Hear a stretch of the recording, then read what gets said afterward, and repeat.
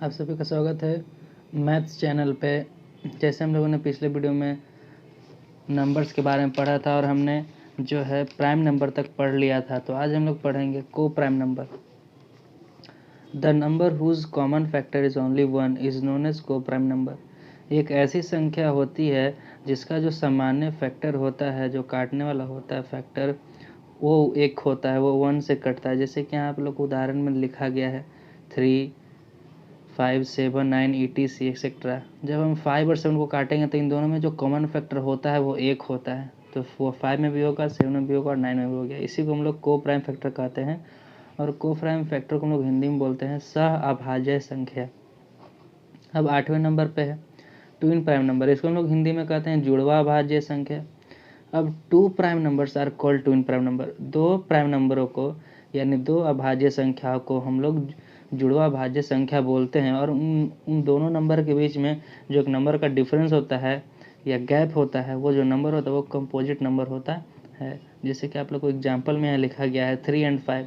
जब हम देखेंगे तो 3 और 5 के बीच में आता है 4। 4 क्या है? कंपोजिट नंबर है। फिर आया 5 और 7। 5 और 7 के बीच में 6 आता है। 6 भी क्या है? कंपोजिट नंबर है। 11 और 13। 11 और 13 के बीच में आता है आपका 12। 12 भी क्या है? कंपोजिट नंबर है।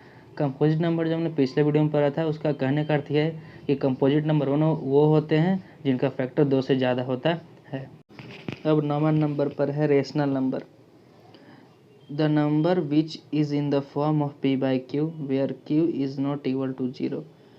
इसका अर्थ यह हुआ कि ऐसा संख्या जो कि p बटा q के फॉर्म में तो रहे, लेकिन जो q का वैल्यू, इसका मतलब जो नीचे डिनोमिनेटर होता है उसका वैल्यू 0 नहीं होना चाहिए।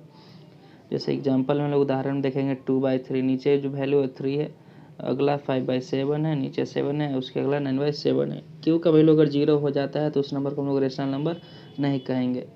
अब उसके बाद irrational number, a number that can not be expressed as a fraction for any integer. ये एक ऐसा संख्या होता है जिसमें कि हम किसी भी इंटीजर को फ्रैक्शन में दिखा ही नहीं सकते हैं। इसी को हम लोग इरेशनल नंबर कहते हैं। जैसे आप √3 को फ्रैक्शन में नहीं दिखा सकते हैं, √5 को नहीं दिखा सकते, √6 को नहीं दिखा सकते। लेकिन अगर आप और कोई भी इंटीजर चुन ले, जैसे इंटीजर 4 भी होता है, उसको आप फ्रैक्शन में दिखा सकते हैं 8/4 के रूप में, नहीं 8/2 के रूप में दिखा सकते हैं, और उसको आप 16/4 के रूप में दिखा सकते हैं फ्रैक्शन के रूप में। अगर उसको हम काटेंगे तो 4 4 जा 16 आएगा, 2 4 जा 8 ही आएगा। लेकिन अगर आप √3 को दिखाना चाहेंगे फ्रैक्शन के रूप में तो ये नहीं दिखेगा। इसी को हम लोग रेशनल नंबर कहते हैं। इसको आप आसान भाषा में ऐसा समझ सकते हैं जैसे कि √4 का एग्जैक्ट वैल्यू 2 होता है, उसी प्रकार √3 का जो होता है, √3 का जो वैल्यू आता है एग्जैक्ट नहीं आता है, वो डेसिमल में आता है। तो इसी ही संख्याओं को हम लोग रेशनल नंबर कहते हैं। अब 11 नंबर पर हमारा आता है इंटीजर। इसको हम लोग हिंदी में पूर्णांक कहते हैं। इसका डिफिनेशन लिखा हुआ है, it is a whole number. Number यहाँ पर छूट गया है। It is a whole number that can be positive and negative but not in decimal form. जिस प्रकार 4.3, 6.5, इसका कहने का अर्थ यह है कि इंटीजर होल नंबर ही होते हैं, जैसे कि 0, 1, 2, 3, 4, 5, 6, 7, 8। लेकिन ये जो नंबर हो सकते हैं, ये यहाँ पर 1 माइनस में भी हो सकता है, 2 प्लस में भी हो सकता है, 4 माइनस में हो सकता है। इसी को हम लोग इंटीजर कहते हैं। लेकिन ये डेसिमल फॉर्म में नहीं हो सकता, दशमलव के रूप में नहीं हो सकता। जैसे लिखा है मैंने यहाँ बगल में 4.3, 6.5। जब आप यहाँ देखेंगे, इसका कहने का अर्थ ये है कि ये दशमलव में नहीं हो सकता है।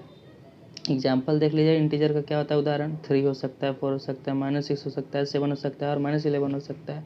पॉजिटिव निगेटिव आप दिखा सकते हो, वो इंटीजर होते हैं। और 0 यहाँ पर इंटीजर नहीं होता, ये ना पॉजिटिव है ना निगेटिव है, ये किसी में नहीं आता है। अब देखिए नंबर लाइन पर हमने दिखाया है संख्या रेखा पर, 0 के राइट जब आएंगे हम तो सब पॉजिटिव इंटीजर आते हैं, जब 0 से हम लेफ्ट जाएंगे बाईं ओर तो सब निगेटिव आते हैं। तब 0 के जब दाहिने ओर जाएंगे तो 1, 2, 3, 4 पॉजिटिव इंटीजर हो जाएंगे, और जब 0 के हम लोग बाईं तरफ आएंगे तो -1, -2, -3, इसी प्रकार बढ़ते बढ़ते इधर निगेटिव इंटीजर हो जाते हैं।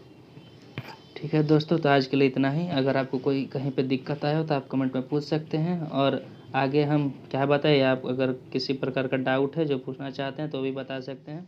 धन्यवाद।